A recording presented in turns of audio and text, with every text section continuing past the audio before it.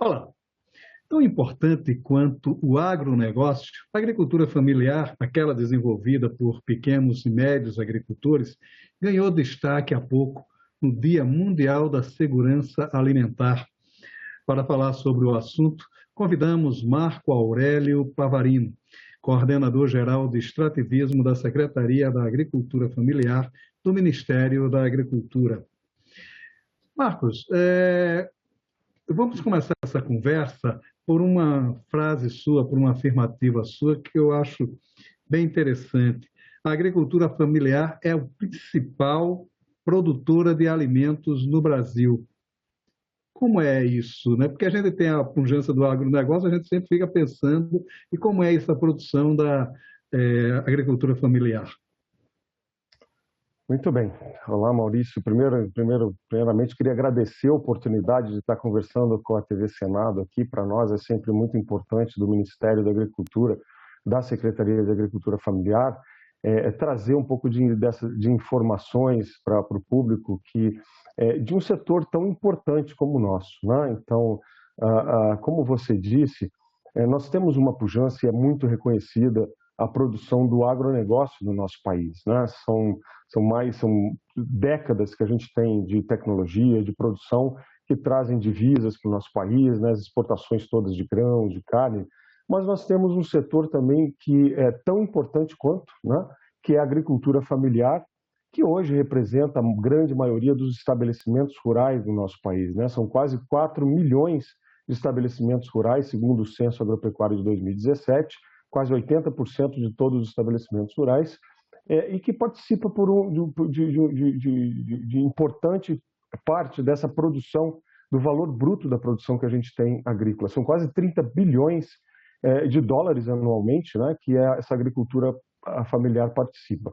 É importante dizer que quase 70% de todo o pessoal que é ocupado na área rural é ocupado com atividades da agricultura familiar, né? E principalmente produzindo os alimentos que chegam à nossa mesa, né?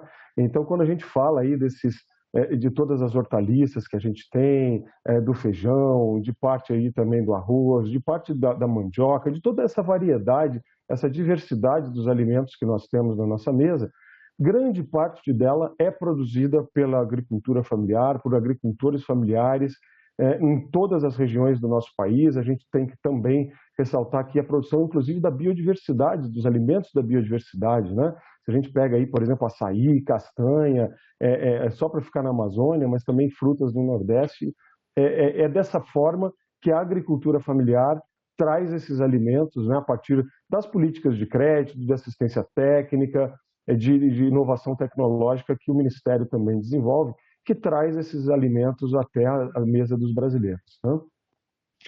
Você fala num aspecto interessante aí, que é que 70% do pessoal empregado na agricultura está na agricultura familiar. Quer dizer, é um índice de empregabilidade muito grande.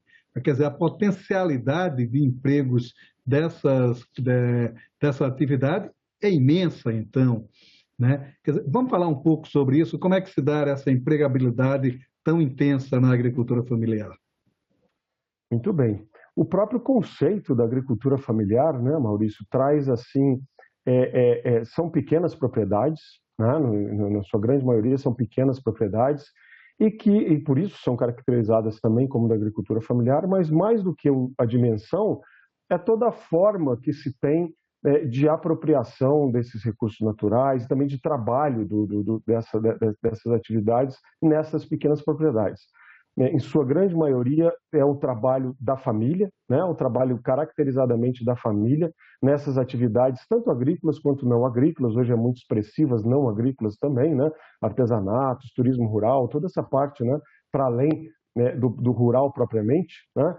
Então, assim, essa demanda, né, a mão de obra da família, a organização da gestão do empreendimento toda baseada na família, que ocupa aí mais de 12 milhões de pessoas, né? Esses quase 70% de todo o pessoal ocupado nessas atividades, que vão para mais de 12 milhões de pessoas no campo, que são de agricultores familiares ou de propriedades que são caracterizadas como agricultura familiar, né? São atividades muito intensas nessa demanda de mão de obra, por exemplo, toda essa parte da horticultura, toda essa parte de extrativismo também, toda essa parte de manejos que demandam bastante, às vezes, aí essa mão de obra, e por isso também, né, a agricultura familiar se caracteriza como a maior a ocupação de atividades rurais no nosso país, né? Então, de fato, essa empregabilidade é muito significativa e é o que mantém boa parte dessas famílias no campo, né?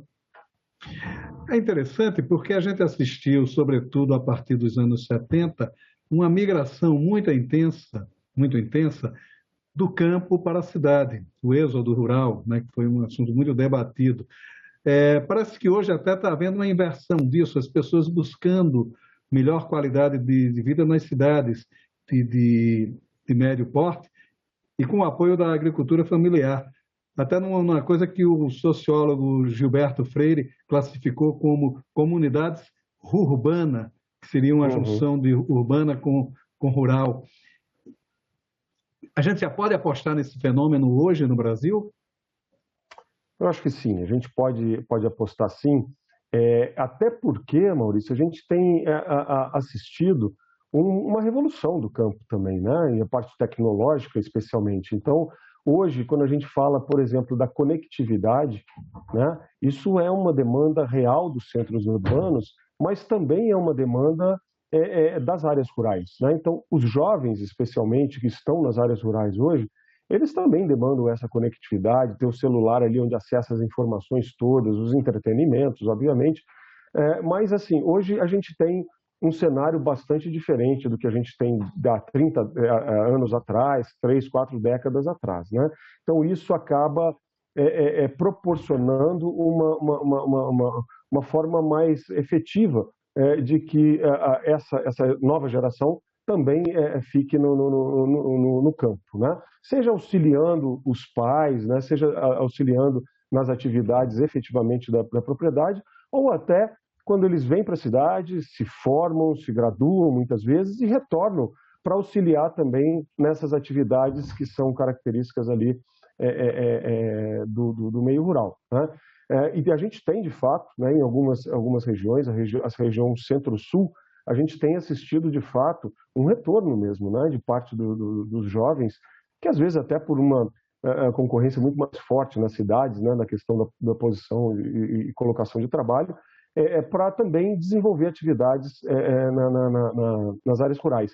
Na agricultura familiar, isso é especialmente importante, né, porque a gente tem aí a questão da sucessão, né, que a gente chama dos estabelecimentos, né? É claro, a parte das gerações, né, antigas aí da agricultura está envelhecendo e precisa também de equacionar essa questão da sucessão, né? Então, para nós, isso é importante e também são atividades e políticas públicas que tem que avançar bastante ainda, é verdade, mas que já tem surtido efeito, o que eu falei da conectividade, das tecnologias, que apoiam também trabalhos menos demandantes, que demandam mão de obra mais manual mesmo, né? Então, tecnificação das lavouras, né? Tecnificação das atividades, que também apoiam e auxiliam e para mudar esse cenário que a gente tinha anteriormente, o que é bom para o país, né? A gente tem uma desconcentração dessas demandas nas áreas urbanas e a gente consegue também ter uma melhoria nas próprias atividades da agricultura familiar, com mais informação, com mais tecnologia, com mais produção e melhor qualidade de vida. Sim, viver em uma cidade como São Paulo, por exemplo, hoje é uma coisa muito complicada, né? Agora, a Verdade. gente sempre que fala de agricultura familiar, a gente fala de segurança alimentar, né? Isso decorre de quê? Da qualidade dos alimentos que é produzido por essas comunidades, do melhor manejo, né? Do menor uso de agrotóxicos, enfim, como é essa correlação? É. Na verdade, né, Maurício, o mundo todo, tá? Isso não é só no Brasil, o mundo todo demanda hoje alimentos ou consumir alimentos que eles tenham um maior grau de informação a respeito de como esses alimentos são produzidos, da sustentabilidade, né, da produção desses alimentos, né? E isso acontece também com a produção da agricultura familiar, claro, né? É verdade que hoje, assim, são quase 20 mil produtores orgânicos, por exemplo, cadastrados no mapa no Ministério da Agricultura. A grande maioria desses produtores, acho que mais de 80% desses produtores que estão cadastrados como produtores orgânicos no Ministério da Agricultura, são de empreendimentos ou agricultores individuais que são agricultores familiares. Né?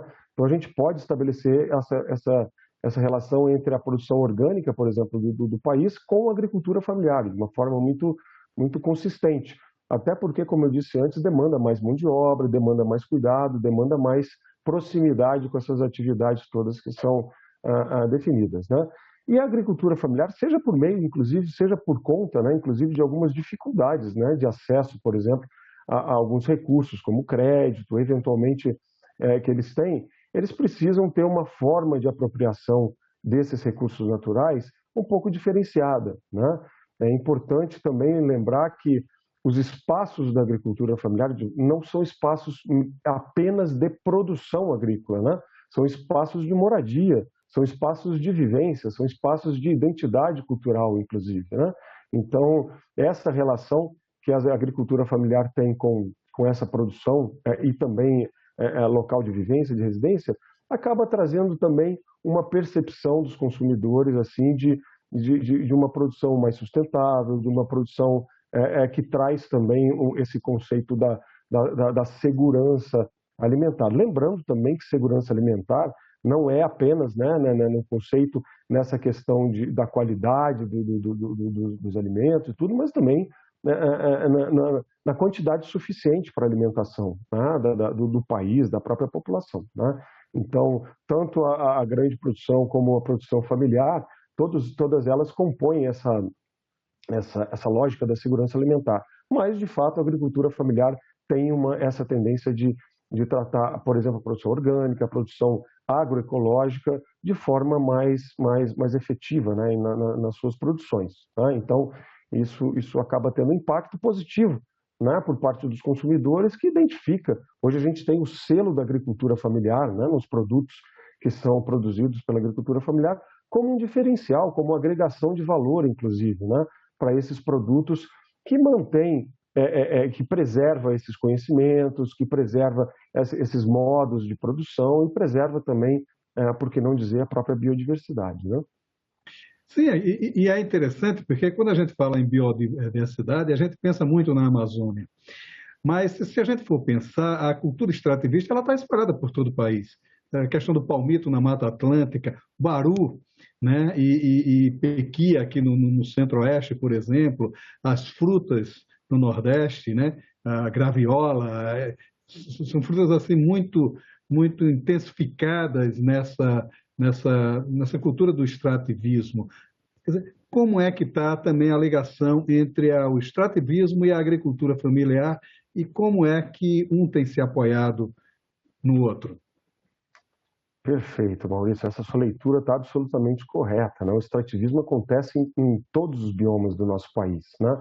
É verdade, a gente tem quase 60% do território do nosso país composto pelo bioma amazônico. Né? Só que nós temos quase 20% de toda a biodiversidade do nosso planeta está em nossas terras, né? Está no Brasil. É um país chamado de megadiverso. Né?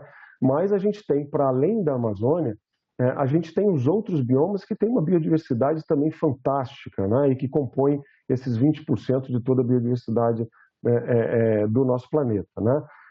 E pensando, e é só a gente... Os conhecedores, por exemplo, do bioma cerrado vão identificar ali no piqui, no baru, na macaúba, na Mata Atlântica, como você disse, tem a juçara, tem o palmito, tem várias frutas. No Nordeste tem a enormidade de frutas, de plantas aromáticas. No Sul também tem o pinhão, tem o butiá. É uma infinidade, né, que essa nossa biodiversidade nos proporciona.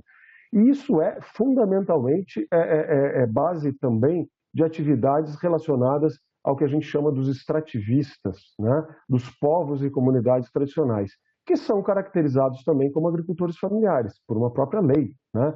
A Lei 11.326, que define lá, conceitua a agricultura familiar, inclui esse público, inclui também esse segmento, né, dos extrativistas, ribeirinhos, geraizeiros, um conjunto, né, que trabalham essencialmente no extrativismo.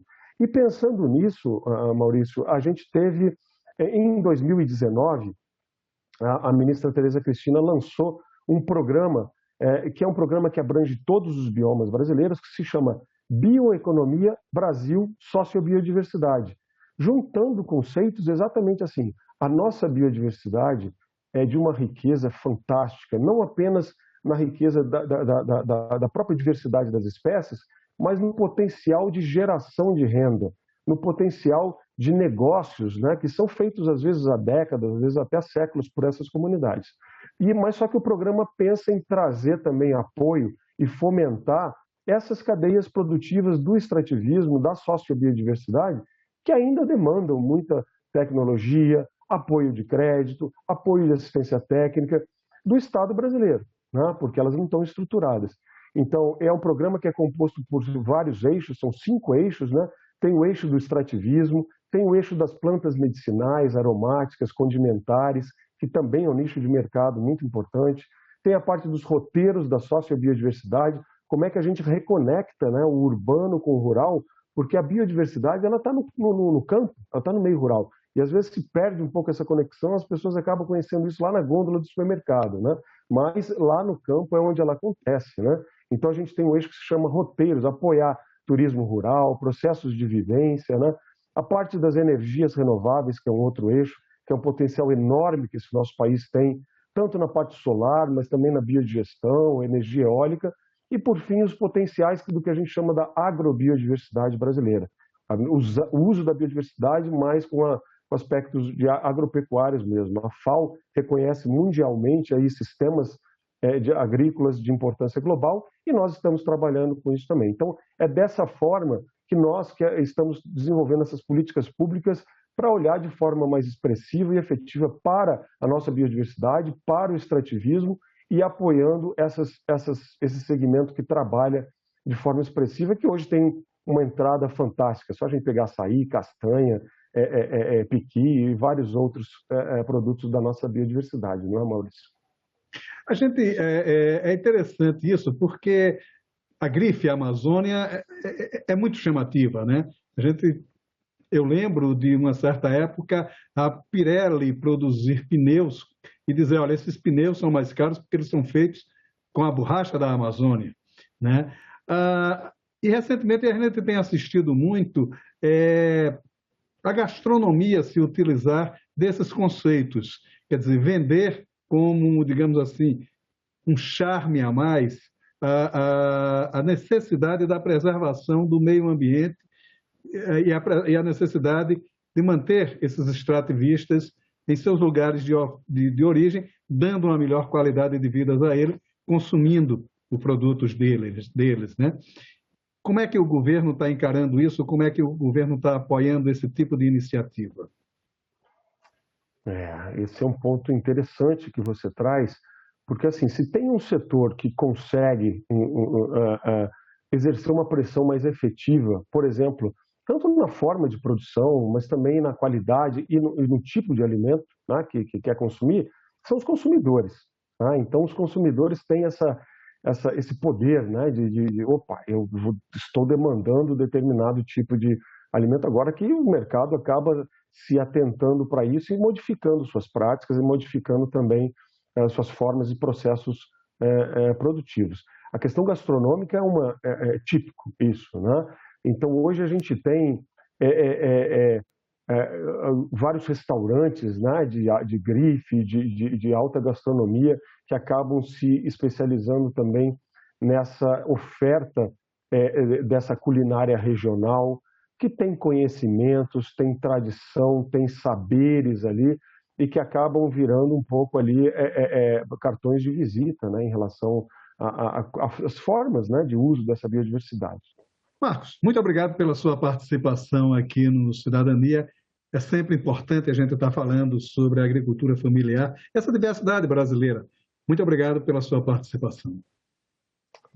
Muito bem, Maurício. Nós é que agradecemos essa oportunidade de estar aqui conversando com você e com todos os espectadores. Né? Oportunidades como essa são sempre importantes de mostrar toda essa importância que a gente tem da nossa biodiversidade e principalmente do uso que os agricultores familiares, dos povos e comunidades tradicionais fazem do uso dessa biodiversidade, que às vezes é muito pouco conhecida por todos, né? E a importância que isso tem na geração de renda, na geração de melhoria da qualidade de vida, e que cada consumidor faz parte desse processo todo, né?